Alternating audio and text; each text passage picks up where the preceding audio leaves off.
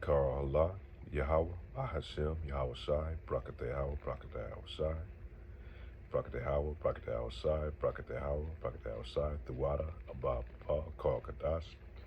I'd like to give double honors to the elders, apostles, great millstone that teaches truth, which I believe through the scriptures 100% of the truth.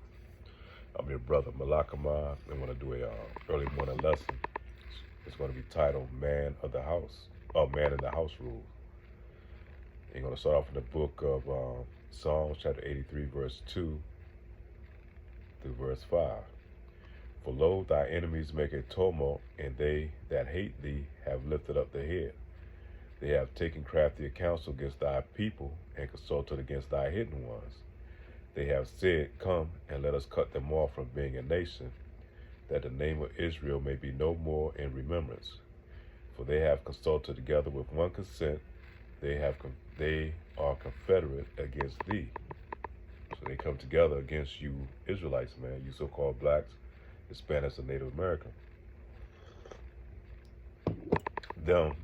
These upper elites knowing who you are.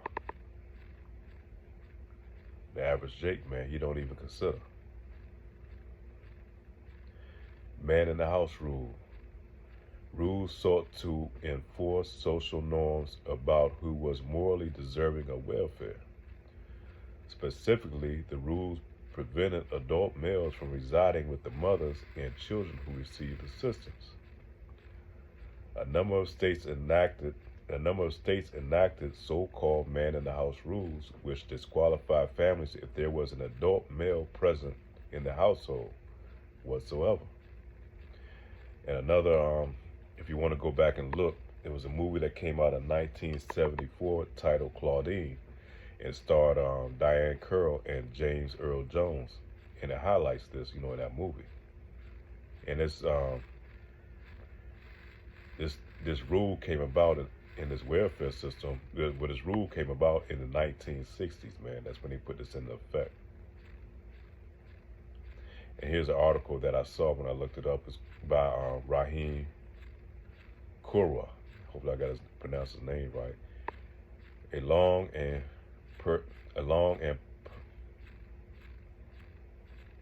paternalistic meaning. A long and paternalistic.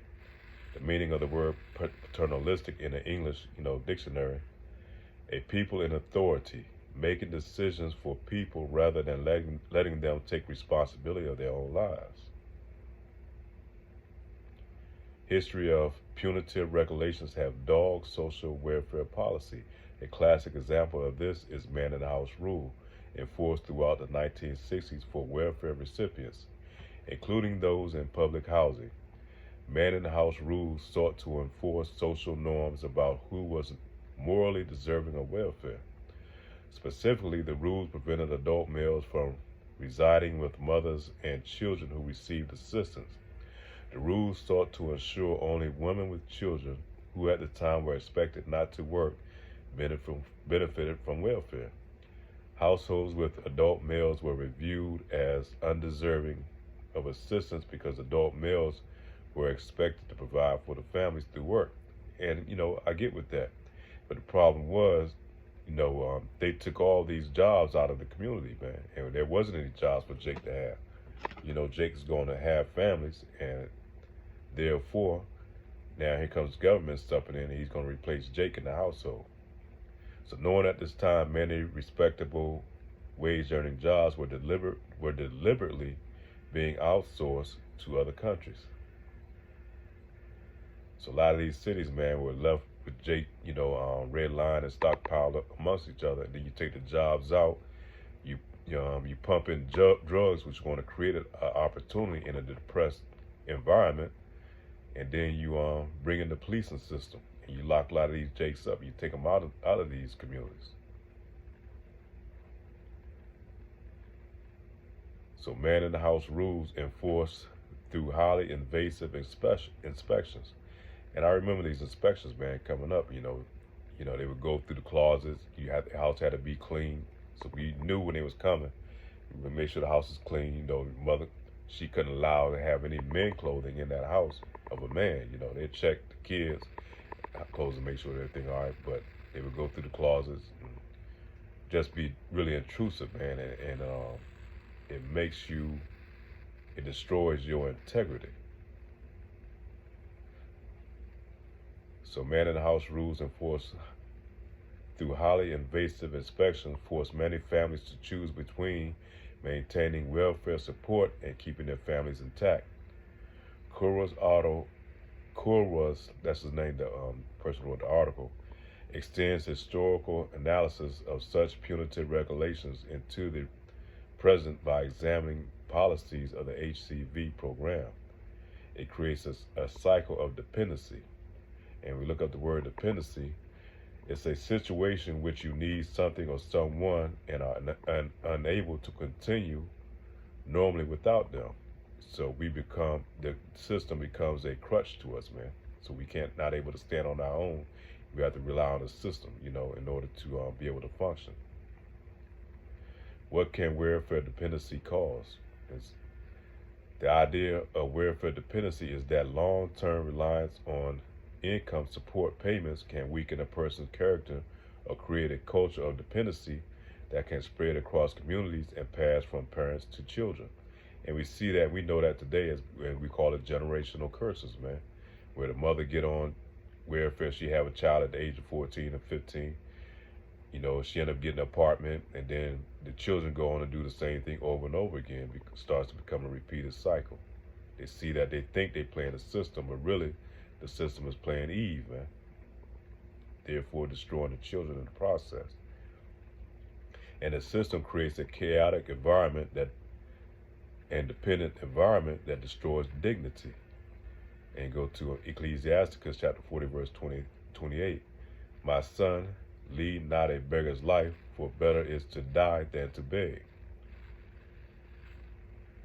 This gives the oppressor a bigger reach to dig and to manipulate the affairs of its oppressed. And that's you Jakes, you so-called blacks, Hispanics, and Native Americans, man. As long as he got his hand in there stirring in the pot, man, he's going to create these hellacious conditions for you Jakes, man. So anytime the government involves in our people's affairs, it's usually done for nefarious reasons, causes some backdoor effect that usually undermines our community. So he's not doing it out of good intentions, man, out of kindness of his heart. He knows the outcome, man. He knows the effect. Because one thing about Esau Edom, man, he does a well thought out search before he enacts and do anything you think is going to benefit you Jakes. Obadiah chapter 1, the book of Obadiah chapter 1, verse 6. How are things of Esau searched out? How are his hidden things stored up? Going to go to the book of Mark chapter 3, verse 27. No man can enter into a strong man's house and spoil his goods, except he will first bind the strong man, and then he will spoil his house. And how did he bind the strong man? This time through policy, man. He write these egregious policies where he takes the man out of the house. Therefore, he bound the strong man, and he was able to spoil the house. He was able to spoil the son. He was able to spoil the young girls and the next generation thereafter. Isaiah chapter 51, verse 20. Thy sons have fainted. They lie at the head of all the streets. As a wild bull in the net, they are full of the fury of the Lord, the rebuke of thy God, Yahweh. And you look on any street corners, not so bad as it is today, but mainly in the 80s and 90s and early 2000s, man, Jake's loaded up on those street corners, man, out there shooting dice, selling dope, and all type of wickedness, man. Jake didn't have, he wasn't programmed, these young Jakes, man, how to go out here and create a working environment, man. These Jakes was taught to be hustlers. And a lot of this is done through propaganda, through the media, through the music. All these things were used as a tool to destroy a lot of these young Jakes. Ecclesiasticus chapter 26, verse 10. If thy daughter be shameless, keep her in straitly, lest she abuse herself through over much liberty. And you see the effects of feminism, taking the man out of the house, and propaganda, and we see the effects that were coming out today, man. And they steady pushing this shit, this garbage, this diet of filthiness and debauchery on our people, man. Look at the music artists that they got coming out today, man. It started off with Lil Kim, and now this shit progressed to what we have today. These what they call Sukianas, Dirty Red or whatever the name is, City Girls. The list goes on and on, man. It's getting worse. It's waxing worse and worse, man. The degeneracy that's pushed on our people, and it's done by design. Like I said, Esau, he does a well thought out search. How are things that Esau searched out? How is hidden things sought up? He knows what the hell he's doing, man. So if our daughters be shameless, keep her in straitly, lest she be abused herself through much liberty. By not having a father in the house, being able to raise his families, because most Jakes have to raise their families through a divorce, and he pays the money, but really he can't lay down no rule. How he can lay down on the rule in the house that he's not in? It's not going to happen. Ephesians chapter 5, verse 22. Going down through verse 24. Let me go back to that too, because a lot of these baby mothers, they've been programmed by Esau Edom, man. They teach the kids to hate their fathers, man. To not listen to their fathers. So a lot of these young kids now, they have no respect for their fathers, man. Ephesians chapter 5, verse 22 to verse 24. Wives, submit yourselves unto your husbands as unto the Lord, because he's your Lord over you. He's the one that connects you to Yahweh Shai. Okay? So you have to go, there's an order set in this thing, man. There's a hierarchy, you know. You can't break the chain of command. For the husband is the head of the wife, even as Christ Yahweh Shai is head of the church, and he is the Savior of the body. Therefore, as the church is subject unto Christ Yahweh Shai, so let the wives be unto their husbands in everything. So a woman is supposed to be under a man, man. That's how the Lord is set up to be. But yet these women go against that main principle, man, that precept. They go against that. And that's why you see the derision, the chaos, the degeneracy within these black communities, man. Eve don't want to listen. Eve rather listen to Esau Edom. Going to Ecclesiasticus chapter 12, verse 10. Never trust thy enemy, for like as iron rusteth, so is his wickedness. Though he humble himself and go crouching, yet take good heed and beware of him. Thou shalt be unto him as if thou hast wiped a looking glass, and thou shalt know that his rust has not altogether wiped away. Set him not by thee, lest when he hath overthrown thee, he stand up in thy place, neither let him sit at the right hand, lest he seek to take thy seat, and thou at the last remember my words, and be pricked therewith. Who will pity a charmer that is bitten with a serpent, any such as came high, wild beast? So a lot of our people, they run to the government for relief, for government assistance. And we see the end results of it, man. How can you pity them when you broke up your own households to accept these gifts from the serpent, man? And then at the end, when you see all hell break loose, your children are running wild and rampant. And then you looking for why is all this happening? Because you chose to do things under Esau Edom. You chose to follow his wicked paths, man. You see these women crying out on TV, I did everything I could do, to try to save my son. I came to the government seeking help and they did nothing. Who's going to pity you? Because you chose not to wear the Lord. You chose not to follow these laws, statutes, commandments, and the order that the Lord set before you. So who's going to pity your ass when all hell break loose? 1 Peter chapter 5, verse 8. Be sober, be vigilant, because your adversary, the devil, as a roaring lion, walketh about, seeking whom he may devour. So he knows his last days is here, man. That's why these policies are in place. That's why these prison houses are built. These drugs are steadily pumped into the community. This degeneracy is pushed on our people.